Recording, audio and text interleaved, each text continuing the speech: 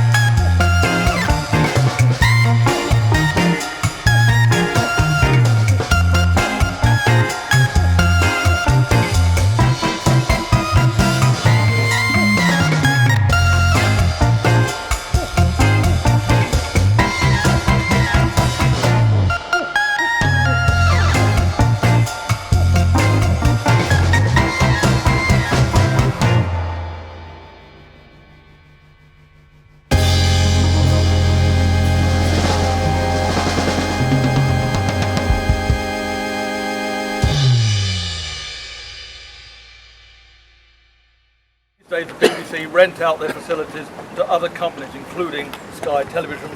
So it's a holding area for studio audiences going into there, and we're going to put up some commemorative plaques next year as part of the centenary celebrations, telling everybody about the history of the site. Across the road, one of those houses there was rented by number 10 was rented by David McCullum when he was doing sapphire and steel here on the China Lumley in the 1970s, I guess it would have been now. So he obviously didn't want to walk too far. And this gentleman here is going to say a couple words about a car that you can just about see to our left-hand side here. Are we going in? No. Oh, right. Well, that's from Ashes to Ashes classrooms. Down there. Just there. That's the first car that where we've just been. It's just about, you saw MGM cars in the studio.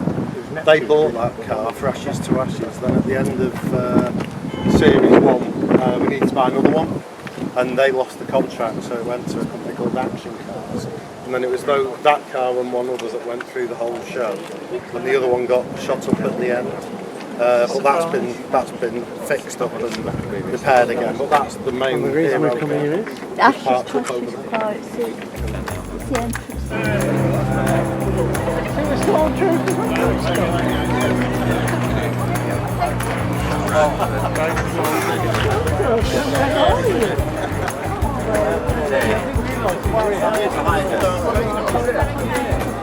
No, you don't need the outfits.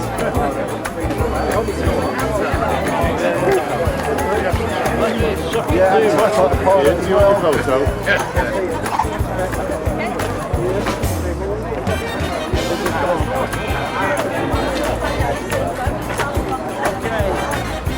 Where the force be really at the minute, just went soft. Do it now.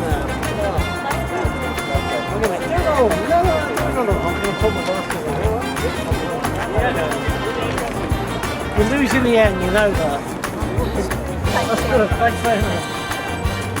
You definitely laugh when you see. No, you don't need the outfits.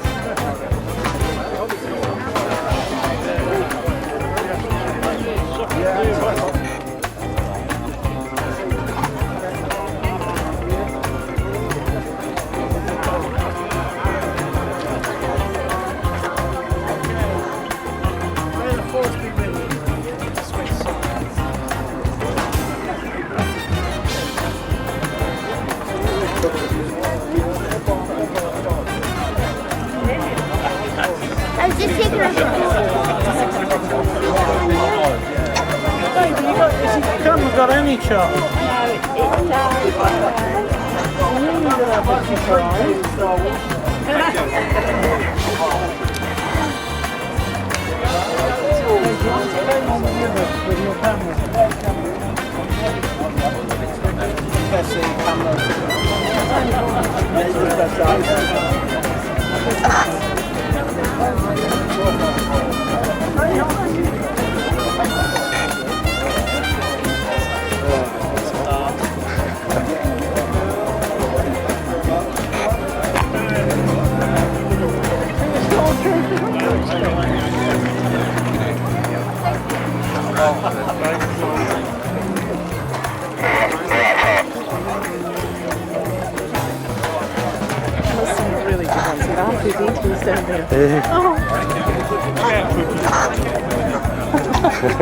That's fantastic, that is.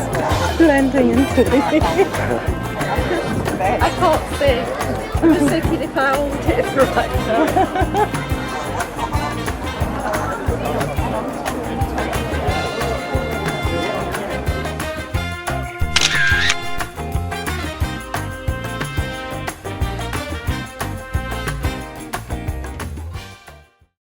My name's Gordon Thompson.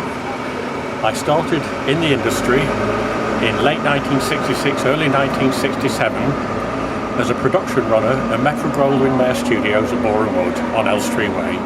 I was employed by a company called myRish Films, which made films for United Artists, and I started with them on Inspector Clouseau in 1967. I worked also the following year on a film called Mosquito Squadron with David McCallum. We then moved over to Pinewood to produce a film with Billy Wilder called The Private Life of Sherlock Holmes. And then I left myRish Films and I went back to MGM, working again, still as a runner, on a film called Man's Fate, which was produced and directed by Fred Zinnemann from the Andre Malraux novel Man's Estate. The film was never completed. In fact, they really didn't even start shooting, though extensive sets had been built out in Taiwan and on the MGM studio backlot, but it was doomed, unfortunately. But whilst in my time at MGM was really quite wonderful, because I was fortunate enough to be working there when 2001 A Space Odyssey was on the floor, The Dirty Dozen, Where Eagles Dare, the Prisoner television series. So whilst of course I had no direct involvement with these, I could still go up the backlot at night and watch them shooting on the Chateau set on the lot for The Dirty Dozen, doing night exteriors. And there was no reason why I couldn't put my head round certain of the sound stages used for 2001, when they were not shooting on it of course, but I could go in and have a look at the various big sets that had been constructed, like the big Ferris wheel, which was built on stage 3 and went from the lowest part of the studio tank up to the ceiling. It was engineered, as I recall, by Vickers Armstrong, the engineering firm.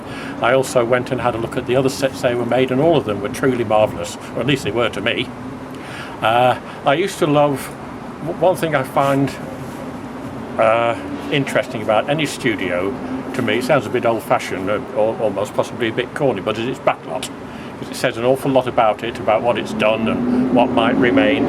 After working at MGM, I worked around various companies. I spent many years at the BBC, film department at Ealing, quite a number of years freelance, a long stint on the staff at London Weekend Television, and then more years freelance before finally retiring from the industry in 2008. I did of course work on Casualty here at Elstree on Holby City, which is made at what I call the old National Studios, where The Invisible Man, Douglas Fairbanks, OSS, Count of Monte Cristo and many other series were made. So when I retired, I still have an interest in the industry because I did all the film research for a book called Hammer Films on Location. I've helped out Paul Welsh with his film research and pictures and screen matches for this forthcoming book about MGM, particularly looking at Village of the Damned. Today is the first time I've been on a film tour in my life. It has been thoroughly enjoyable. Hopefully I shall do it again sometime. Mike Grant, I come from Chard in Somerset, and my interest comes mainly from the old MGM studios that are closed in early 1970, and I run a Facebook group dedicated to the old MGM studios, and just taking an interest in the various productions that took place there. It's just a fascination for the studios and the various productions that have been made here. What was your favourite part of today? Today, I think going into Elstree Studios, something I've always wanted to do. In the past I've just looked through the fence and I've always thought, oh, I wouldn't mind going in there, and now I've actually done it, so I'm very pleased. I'm Paul Welsh. I was the organiser or co-organiser of the first Elstree and Borehamwood classic film and TV locations tour. Want to know where we went?